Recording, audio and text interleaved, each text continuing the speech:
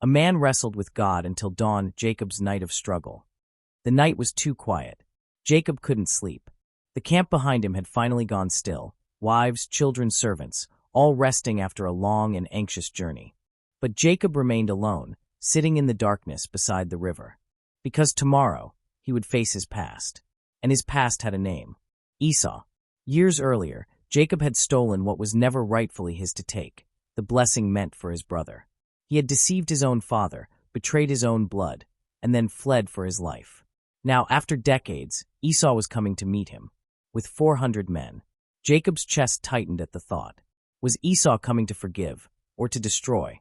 The air felt heavy. The silence pressed in around him. Every rustle of the wind through the trees sounded like approaching footsteps. Jacob had spent his life striving, grasping, deceiving, wrestling his way into blessing.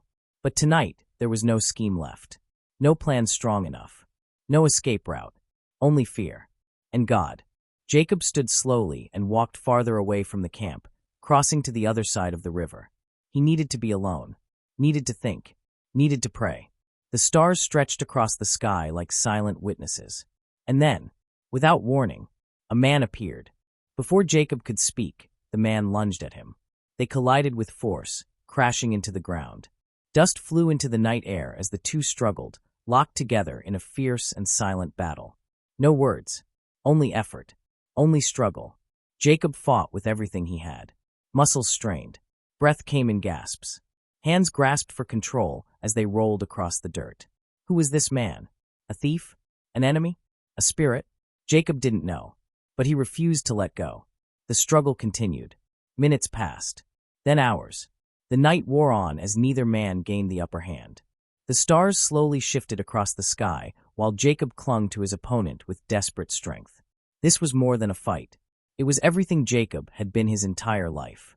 Striving, clinging, refusing to let go until he secured a blessing. As the first hint of dawn began to creep over the horizon, something changed. The man suddenly reached out and touched Jacob's hip. Just a touch. And instantly, Jacob's hip was thrown out of joint. Pain shot through his body like fire. His strength collapsed. He could no longer stand. And in that moment, Jacob understood. This was no ordinary man. This was God, or a messenger sent by him. The man spoke at last. "Let me go, for it is daybreak." But Jacob, clinging now in pain, whispered through clenched teeth, "I will not let you go unless you bless me." It was no longer the grip of a fighter. It was the grip of a broken man. A man who knew he had nothing left but God. The stranger paused, then asked a question that cut deeper than the wound in Jacob's hip. "What is your name?" Jacob swallowed. Names mattered, and his name meant something he could no longer hide from.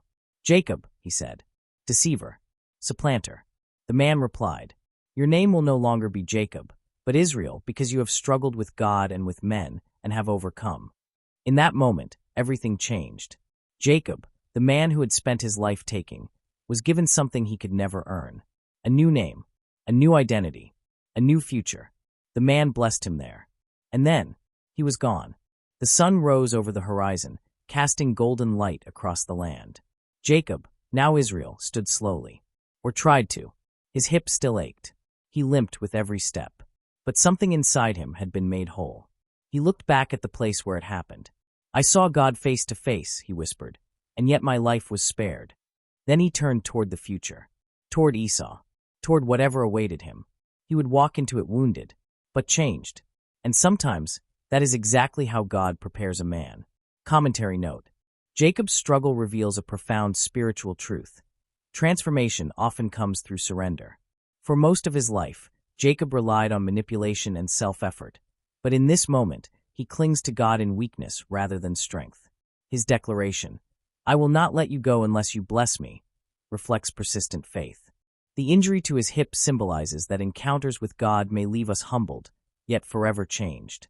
True blessing is not seized by force, but received through dependence on God. Historical note.